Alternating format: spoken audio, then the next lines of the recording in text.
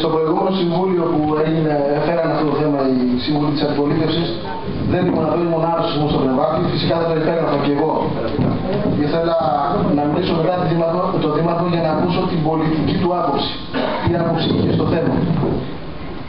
Εντάξει, φαίνεται ο κύριος Δήμαρχος θέλει να ενημερωθεί περισσότερο από εμάς. Αυτό καταλαβαίνω, φίλε Δήμαρχε. Θα σε περιμένω. Θα είμαι σύντομος. Πιστεύω, Πρόεδρε, ότι έχουμε κουράσει και έχουμε κουραστεί και εμείς με το θέμα του βιολογικού. Θα είμαι σύντομος και περισσότερο θα μιλήσω τεχνοκρατικά. Και παρακαλώ να προσέξετε τα λόγια μου, γιατί δεν θέλω να διασταυρωθούν πολλά λέγονται εδώ και έξω βγαίνουν τελείως τα αντίθετα. Είμαι και εγώ υπέρ του έργου. Το έργο πρέπει να γίνει. Αλλά θέλω να σας πω με την τεχνοκρατική μου γνώση το τι έχει γίνει μέχρι σήμερα. Και αυτή η γνώση έχει έρθει μετά από περίπου 17 χρόνια που ασχολούμαι με την τοπική αυτοδιοίκηση. Είμαι ο δεύτερος σε αρχαιότητα μετά τον κύριο Μυριώτη. Γι' αυτό, κύριε Πέπα, σεβασμό θα ήθελα. Τι έχει γίνει μέχρι τώρα? Έχει κατατεθεί ένα τεχνικό δελτίο έργου. Τι έγινε? Κατατέθηκε ένα τεχνικό δελτίο έργου. Ξέρετε πόσα έχω καταθέσει εγώ και δεν χρηματοδοτήθηκα. Στις μελέτες τι υπήρχε? Στις άλλες μελέτες, κειμένες. Μελέτες ίδρυψης, μελέτες μονοπολίου. Άσε με τώρα, δεν λέω, δεν θα σου. Έχει κατατεθεί ένα τεχνικό δελτίο για το βιολογικό. Για το βιολογικό τρόπο. Ένα τεχνικό δελτίο έχει κατατεθεί. Και τι έγινε? Έχω καταθέσει εγώ χιλιάδες. Δεν έχει σημασία. Στα άλλα έργα τι γινόταν? Προσέξτε. Στα άλλα έργα τι γινόταν? Σε ένα ορθοδοκίας. Πρώτα κάναμε την τεχνική μελέτη και μετά τη μελέτη περιβαλλοντικών επιπτώσεων. Στα έργα όμως των βιολογικών εγκαταστάσεων, των βιολογικών καθαρισμών, επειδή πολλά έργα εντασσόντουσαν και δεν υπήρχε απορρόφηση για τον λόγο του ότι δεν υπήρχε η προέκτηση χωροθέτησης και εκεί που πηγαίναν να τοποθετήσουν τον βιολογικό καθαρισμό και αντιδράσεις, δεν υπήρχε απορροφητικότητα, τα λεφτά γυρίσανε πίσω και πηγαίνουν στην Ισπανία, Ιταλία κτλ. Και τι έκανε το ΕΠΕΡ? Το ΕΠΕΡ είναι το Επιχειρησιακό Πρόγραμμα Περιβάλλοντος του ΥΠΕΧΟΔΕ. Σήμερα υπερά. Τι έκανε? Λέει, για να ενταχθεί κάποιο έργο θα πρέπει πρώτα να υπάρχει προέκτηση χωροθέτησης. Ωραία. Η προηγούμενη Δημοτική Αρχή του Δήμου Ευρωπαίων έκανε μια προμελέτη περιβαλλοντικών επιπτώσεων για να έχει το δικαίωμα να καταθέσει φάκελο στο ΕΠΕΡΑ. Είναι αυτή εδώ που έχω μπροστά. Θέλω να καθησυχάσω τον κόσμο και θέλω να του πω ότι ναι, μέσα σε αυτή την προμελέτη υπάρχει ένα σχέδιο. Υπάρχει ένας χάρτης που ορίζει ένα χώρο για την εγκατάσταση του βιολογικού καθαρισμού και ένα χώρο που θα διαθέσει τα βιολογημένα, δεν θα τα πω ακόμα, τα βιολογημένα νερά στον Ευωικό. Αν διαβάσετε προσεκτικά αυτή την προκαταρκτική μελέτη περιβαλλοντικών επιπτώσεων, την προμελέτη, στην πρώτη τελευταία παράγραφο λέει το εξής.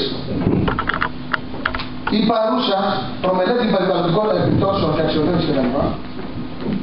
Του προτενόμενου έργου που συνίσταται σε καταρχάς γνωμοδοτεί ως προς τη θέση, το μέγεθος, το είδος και την εφαρμοζόμενη τεχνολογία. Λέει και άλλα, δεν θα το διαβάσω. Η οριστική μελέτη που θα γίνει μετά την ανάθεση, λέει ότι θα έχει δεσμευτική άποψη για τον χώρο εγκατάστασης, το εργοστάσιο βιολόγησης δηλαδή, και την διάθεση των νερών, των βιολογημένων νερών στον Ευωικό. Το καταλάβατε?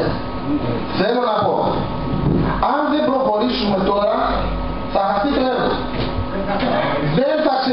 Δεν έχει γίνει τίποτα μέχρι τώρα. Σας το λέω εγώ, με αυτή τη μικρή πείρα που έχω. Σας το λέω, δεν έχει γίνει τίποτα.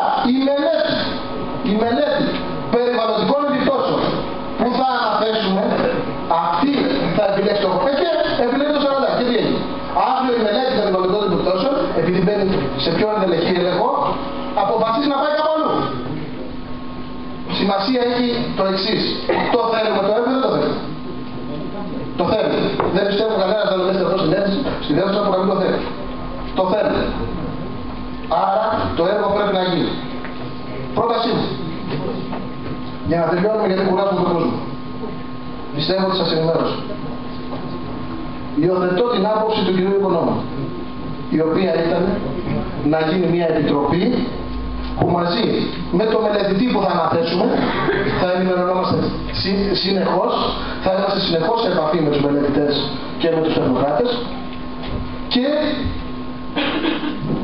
θα έχουμε τον πρώτο λόγο εμείς σαν Δημοτικό Συμβούλιο την εγκατάσταση του βιολογικού καθαρισμού. Και η επιτροπή αυτή, φίλε Βασίλη, προτείνω να είναι η επιτροπή διαβούλευσης που αποτελείται από πολλά άτομα, από 50 και συμμετέχουν και πολλοί δημότες, πολλοί πολίτες. Για ποιο λόγο να μην έχουν και αυτοί το λόγο? 26 άτομα είναι 26 άτομα. Αν σε μια επιτροπή που θα είναι 5 άτομα, θα είναι 3 συμβούλοι και 2 δημότες, δεν λέει τίποτα. 26 φωνές είναι 26 διαφορετικές απόψεις. Αλλά πρέπει να προχωρήσουμε με αυτό το σχεδιασμό. Σας διαβεβαιώ, ρωτήστε όποιον θέλετε, αυτοί που ξέρουν, μπορεί να το επιβεβαιώσει και ο φίλος ο Λιάκος, ο οποίος το γνωρίζει καλά το θέμα. Ναι, έγινε αυτή η προκατακτική. Δεν υπάρχει κανένα θέμα. Έγινε, δεν έγινε το ίδιο πράγμα. Έγινε μόνο και μόνο για να καταδεθεί ο φάκελος. Γιατί σας εξήγησα, δεν μπορούσε να καταθέσει τεχνικό δελτίο έργου, δεν μπορεί να χρηματοδοτηθεί αν δεν είχε την προμελέτη. Υπήρχε ένας χώρος, τέρμα, τελείωσε. Υπήρχε χώρος. Γι' αυτό προτείνω να προχωρήσουμε, Δήμαρχε. Η άποψη δική μου αυτή, η ταπεινή μου άποψη. Δεν ξέρω αν σας ενημέρωσα, αλλά η απόφαση είναι δική σας. Η απόφαση είναι πολιτική. Εσείς πρέπει να την πάρετε. Σας ευχαριστώ πολύ.